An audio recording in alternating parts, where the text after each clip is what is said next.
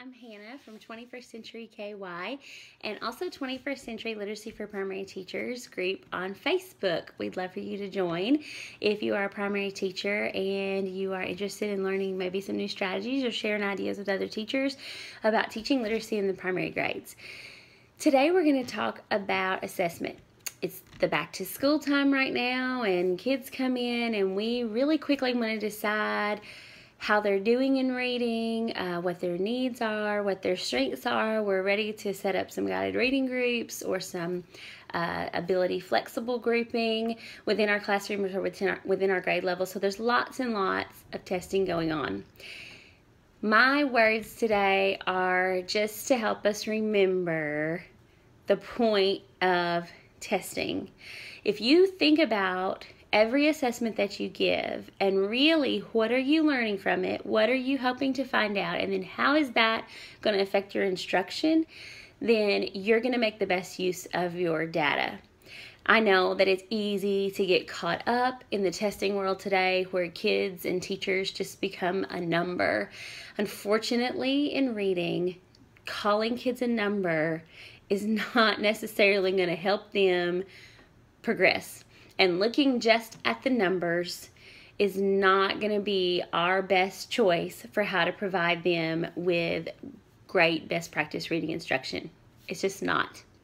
So we're going to talk about a few different kinds of assessments today, and then we're going to talk about that one reading assessment that all teachers need to do for all kids that's going to make the biggest difference in your classroom.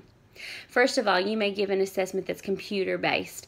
In our school, we give the MAP assessment. I've heard of some other schools in the state of Kentucky that give an assessment called STAR, and I'm sure there are others out there.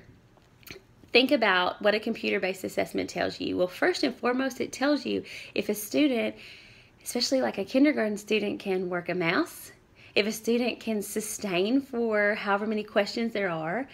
It can tell you if that student can understand the different types of questions that are asked on the test. So you can learn a lot about a kid and their ability to work assessments with a computer-based test.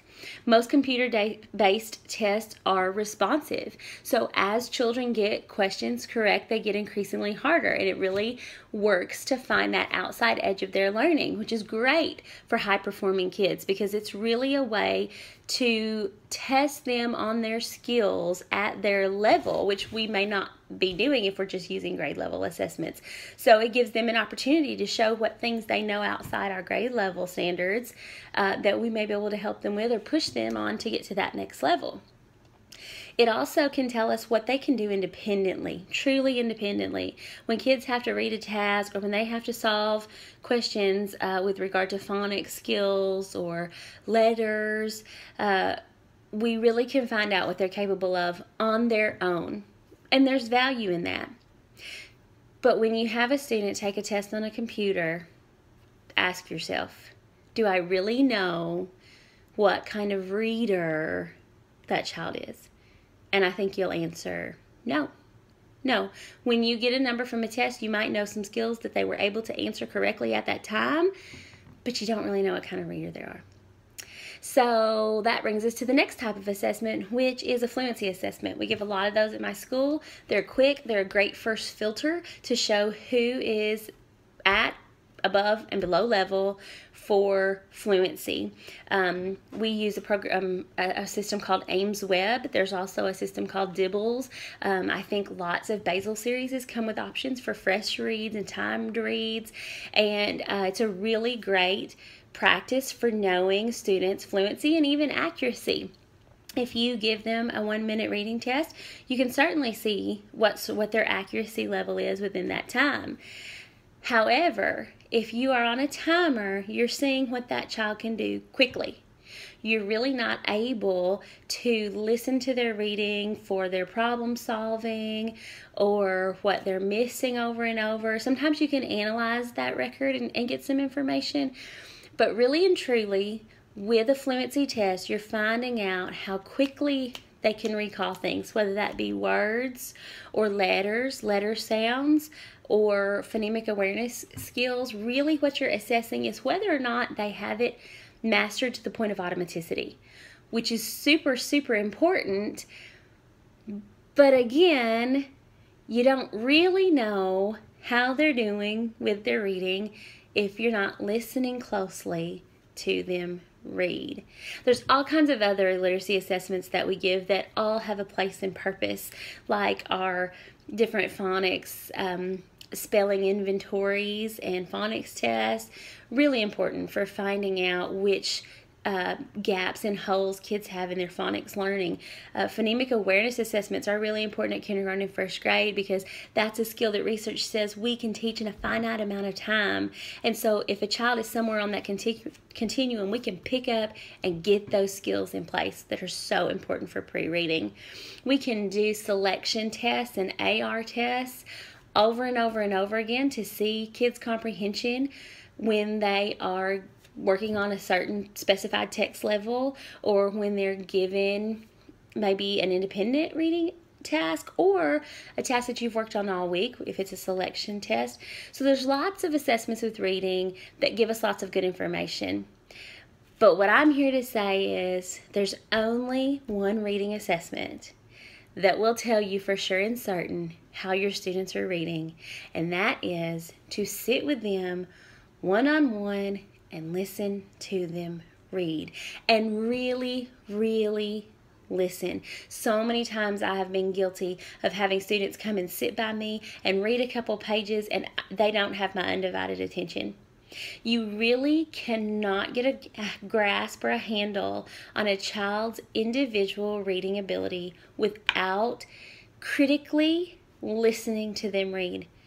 And what I mean by that is listening for their attempts, giving them time to fail and solve problems and find their way out of it, watching for their strategic activity.